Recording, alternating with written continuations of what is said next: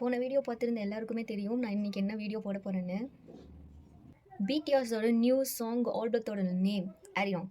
அந்த ஆரிராங்கோட இன்ஃபர்மேஷன்ஸை பற்றி தான் நெக்ஸ்ட் வீடியோவில் நான் சொல்கிறத அந்த வீடியோவில் சொல்லியிருந்தேன்.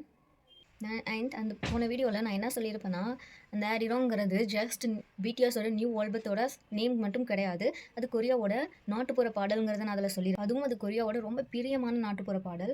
அதை வந்து கொரியாவோட அன்அஃபிஷியல் நேஷனல் ஆந்தமாக சொல்கிறாங்கிறதையும் நான் சொல்லியிருப்பேன்.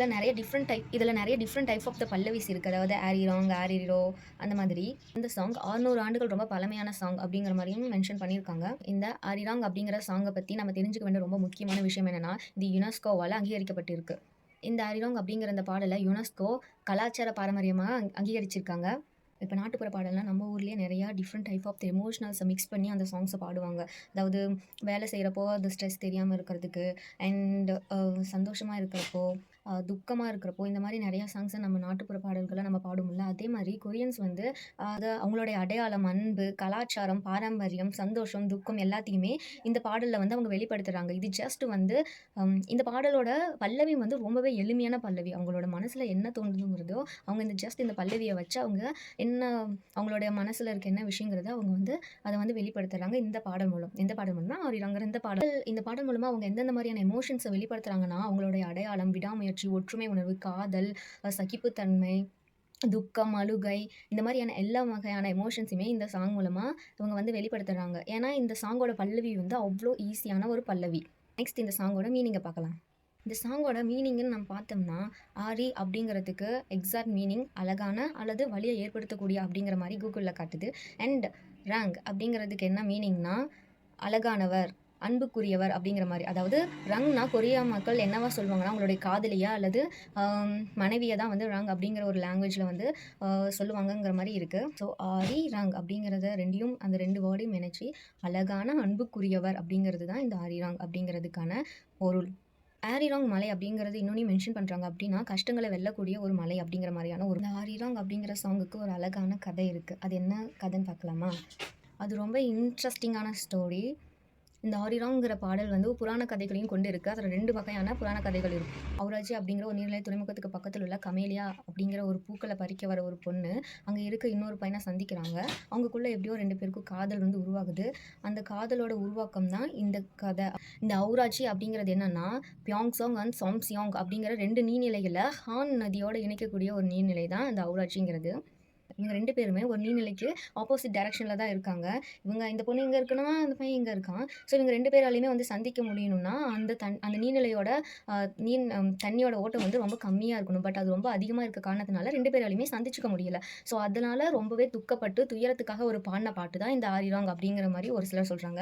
அண்ட் இன்னொரு ஸ்டோரி என்னென்னா, அந்த பையன் அவுராஜிங்கிற அந்த நீர்நிலையில் அவ்வளோ அதிகமான நீரோட்டம் இருந்தும் எப்படியாவது தன்னோட காதலியை சந்திச்சே ஆகணுங்கிறதுக்காக அதுக்குள்ளே இறங்கி அந்த அதிகமான நீரோட்டத்தினால அங்கேயே மூழ்கி இறந்து போயிடுறாங்க. அந்த துக்கம் தாங்க முடியாமல் அந்த பொண்ணு பாடின பாடல் தான் ஆரிராங். இந்த ஆரிராங் அப்படிங்கிற சாங் என்னதான் 600 வருடங்கள் ரொம்ப பழமையான ஒரு பாடலாக இருந்தாலும் இதோட முதல் கையெழுத்து வடிவமான ஒரு 1756 தான் இவங்களுக்கு அதோட குறிப்பு கிடைக்குது. இந்த சாங்கில் 3600க்கும் மேற்பட்ட அதிகமான பதிப்புகளும் இருக்குது. அண்ட் இந்த சாங் வந்து பாடுறதுக்கு ரொம்பவே ஈஸியான பல்லவி இருக்கிறதுனால மக்கள் அவங்களோட எமோஷன்ஸை, அதாவது எந்த வகையான துக்கம், ஏக்கம், மீள்தன்மை, இந்த மாதிரி லவ், என்ன மாதிரியான எமோஷன்ஸ் இருந்தாலும் அவங்களால ஈஸியாக இந்த பாடல் பல்லவிக்குள்ளே கொண்டு வர முடியுது. ஆரிராங் அப்படிங்கிற சாங்கை கொரியாவில் அவங்களோட ஃபேமிலி கூடவும் அண்ட் ஏதாவது ஃபெஸ்டிவல் கூடவும் இந்த சாங்கை வந்து பாடுறாங்க. இதுக்கே தெரியும், நாட்டுப்புற பாடல்னா தனி ஒருத்தங்களால் அது உருவாகிடாது. இது வந்து ஒரு கூட்டு பங்களிப்போட தான் இந்த சாங்குமே அப்படி உருவாகியிருக்கு. இந்த சாங்கை வந்து ஒரு எதிர்ப்பின் சின்னமாகவும் கருதுறாங்க. ஏன்னா இப்போ நம்ம நாடு வந்து எப்படி வந்து பிரிட்டிஷுக்கு எதிராக வந்து அடிமைத்தனத்தில் இருந்ததோ அதே மாதிரி தான் சவுத் கொரியாவும் ஜப்பான் கிட்ட அடிமைப்படுத்தப்பட்டிருந்தாங்க. ஸோ அந்த சமயத்தில் நம்மளாம் எப்படி வெள்ளையனே வெளியேறு இயக்கம் அந்த மாதிரி ஒரு இயக்கத்தை ஸ்டார்ட் பண்ணப்போ 1919ஆம் ஆண்டு வந்து கொரியாவில் மார்ச் முதல் நாள் இயக்கம் அப்படிங்கிற ஒரு இயக்கத்தை ஸ்டார்ட் பண்ணியிருக்காங்க. அந்த போராட்டத்தப்போ கொரிய மக்கள் பாடின பாட்டு வந்து ஆரிராங்.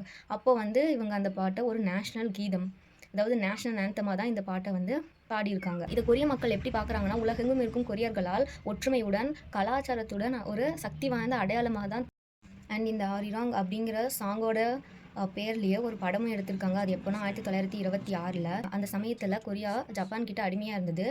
1926ல் ஆரிராங் அப்படிங்கிற ஒரு மூவி ஒரு ஊமை படமாக வந்து வெளியிட்டிருக்காங்க. அந்த படம் வந்து ரிலீஸ் ஆகி ரொம்ப பெரிய வெற்றி. அண்ட் அந்த படத்தோட ஸ்டோரி என்னன்னா, ஜப்பான் வந்து கொரியாவை அடிமைப்படுத்தி வச்சிருந்தது இல்லையா?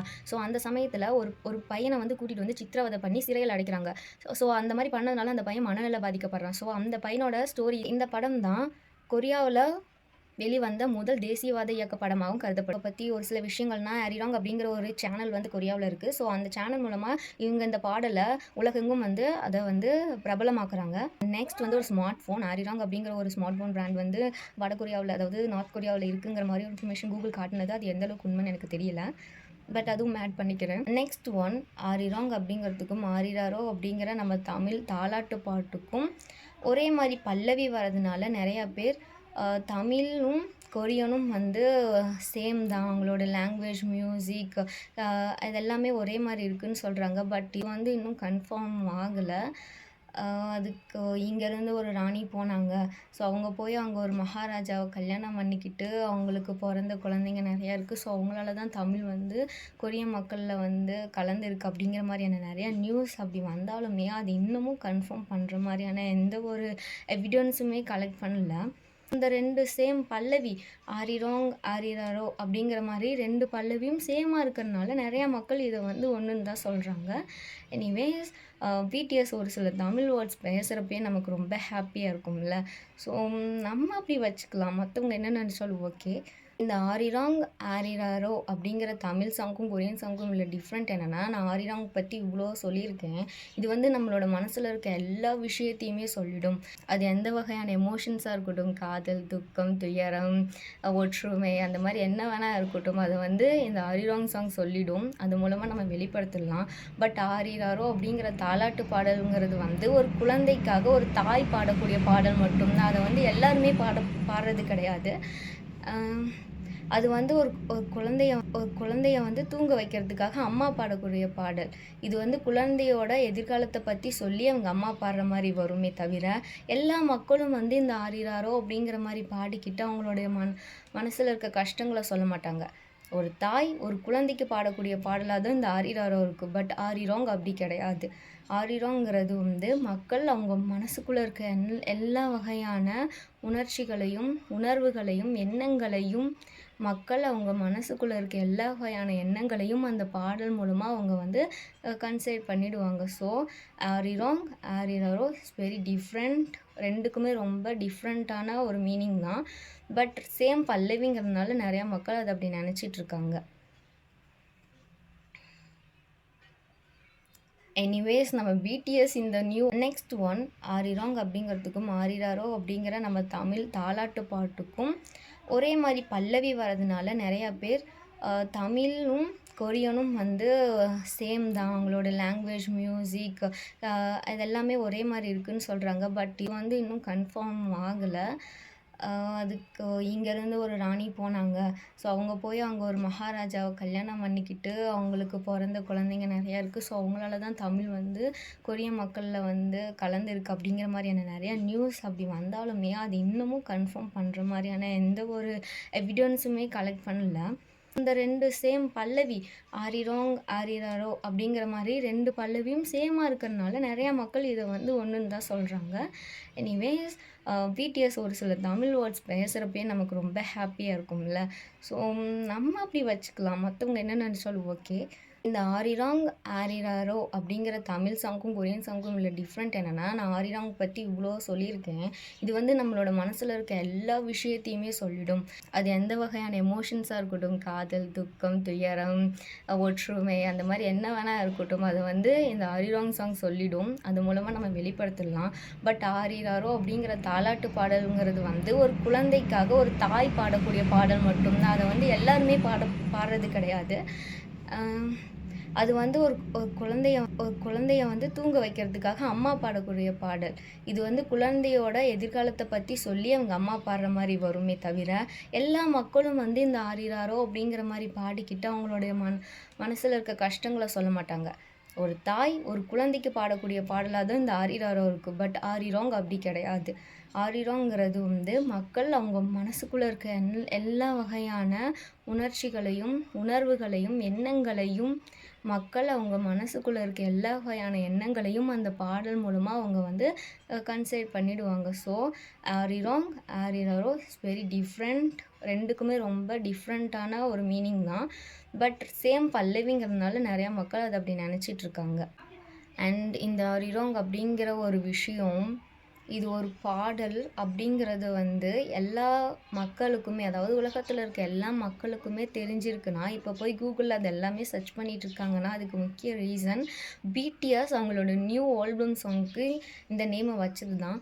பிடிஎஸ் எதனால் இந்த சாங்க்கு அவங்க இந்த நேமை சூஸ் பண்ணியிருக்காங்கன்னா, நான் ஆல்ரெடி இந்த வீடியோவிலே நான் சொல்லியிருக்கேன் இல்லையா, இந்த பாடலை கொரிய மக்கள் அவங்களுடைய ஒரு பெரிய சக்தியாக நினைக்கிறாங்க. ஒரு கலாச்சார பண்பாடு, அதையும் தாண்டி ஒரு ஒற்றுமை, சகிப்புத்தன்மை, காதல் எல்லாமே இது வந்து கொரிய மக்களோட அந்த உணர்வுலேயே கலந்துருக்கு. ஸோ அதை அவங்களால விட்டு கொடுக்க முடியல. அவ்வளோ ஒரு முக்கியமான அந்த பாடலை இன்னும் உலகம் எல்லாம் கடத்தணும். ஸோ அதை வந்து பிடிஎஸ் அதை வந்து செய்கிறாங்கன்னு நான் நம்புகிறேன். ஸோ பிடிஎஸ் இதை வந்து அவங்களோட நியூ ஆல்பம்க்கு வச்சதுக்கான ரீசனும் இதாக தான் இருக்கும். இந்த சாங்கை பற்றி இன்னும் நிறையா பேர் தெரிஞ்சுக்கணும் அப்படிங்கிறதுக்காக. நான் ஆல்ரெடி சொன்னேன் இல்லையா, இந்த சாங் வந்து மக்களோட மனதில் இருக்க ஏக்கம், காதல், துயரம், துக்கம், இந்த மாதிரி எல்லா எமோஷன்ஸையுமே வந்து அதை வந்து வெளிக்காட்டிடுன்னு. ஸோ அதே மாதிரி தான் நம்ம பாய்ஸ் வந்து மிலிட்ரி சர்வீஸ் போயிட்டு அதெல்லாம் கம்ப்ளீட் பண்ணிவிட்டு அகைன் வந்து ரீயூனியன் பண்ணி ஒரு நியூ ஆல்பம் வந்து நமக்காக கொடுக்க போகிறாங்க. ஸோ அதில் அவங்க என்னென்னலாம் சந்தோஷப்பட்டாங்க, கஷ்டப்பட்டாங்க, அவங்களுக்கு என்ன மாதிரியான ஏக்கம் இருந்தது, அவங்க என்ன மாதிரியான மனநிலையில் இருந்தாங்கங்கிறத இந்த சாங்குனால் வந்து அவங்க நமக்கு சொல்ல போகிறாங்க. ஆர்மிஸ் ஆனால் நமக்கு சொல்ல போகிறாங்க. ஸோ அதுக்கான ரீசனாக தான் இருக்கும். ஏன்னா அந்த சாங்கோட பல்லவி ரொம்பவே ஈஸி அண்ட் அது ரொம்பவே அது வந்து ஒரு ஃப்ளாக் சாங் இல்லையா. ஸோ பிடிஎஸ் இதுக்காக தான் இந்த இந்த ஆல்பத்துக்கு வந்து இந்த சாங் வச்சுருக்காங்கன்னு நான் நினைக்கிறேன். பிடிஎஸ் அவங்களோட நியூ ஆல்பத்துக்கு இந்த நேம் வச்சதுனால தான் ஆரிராங் அப்படிங்கிறதுனா என்னன்னு நம்ம இவ்வளோ சர்ச் பண்ணி இவ்வளோ தெரிஞ்சுக்கிறோம். இதில் ஒரு கொரியாவோட ஒரு கலாச்சாரம், அவங்களுடைய வரலாறே இதில் தெரிஞ்சிருச்சு. பிடிஎஸோட நியூ ஆல்பம் அந்த சாங் ரிலீஸுக்கு நான் ரொம்பவே வெயிட் பண்ணுறேன். அண்ட் நீங்களும் எந்த அளவுக்கு வெயிட் பண்ணுறீங்கன்னு கமெண்ட் பண்ணிட்டு போங்க. அண்ட் இந்த இன்ஃபர்மேஷன்ஸ் உங்களுக்கு வந்து ரொம்ப பிடிச்சிருந்தது, ஓகேவாக இருந்தது, நீங்கள் இதை கொஞ்சம் சேஞ்ச் பண்ணிக்கோங்கன்னு சொன்னீங்கன்னா கண்டிப்பாக நான் சேஞ்ச் பண்ணிக்கிறேன். அப்புறம் இந்த வீடியோ பிடிச்சிருந்துச்சுன்னா லைக் அண்ட் சப்ஸ்கிரைப் பண்ணி எனக்கு சப்போர்ட் பண்ணுங்கள். ஓகே, பாய்.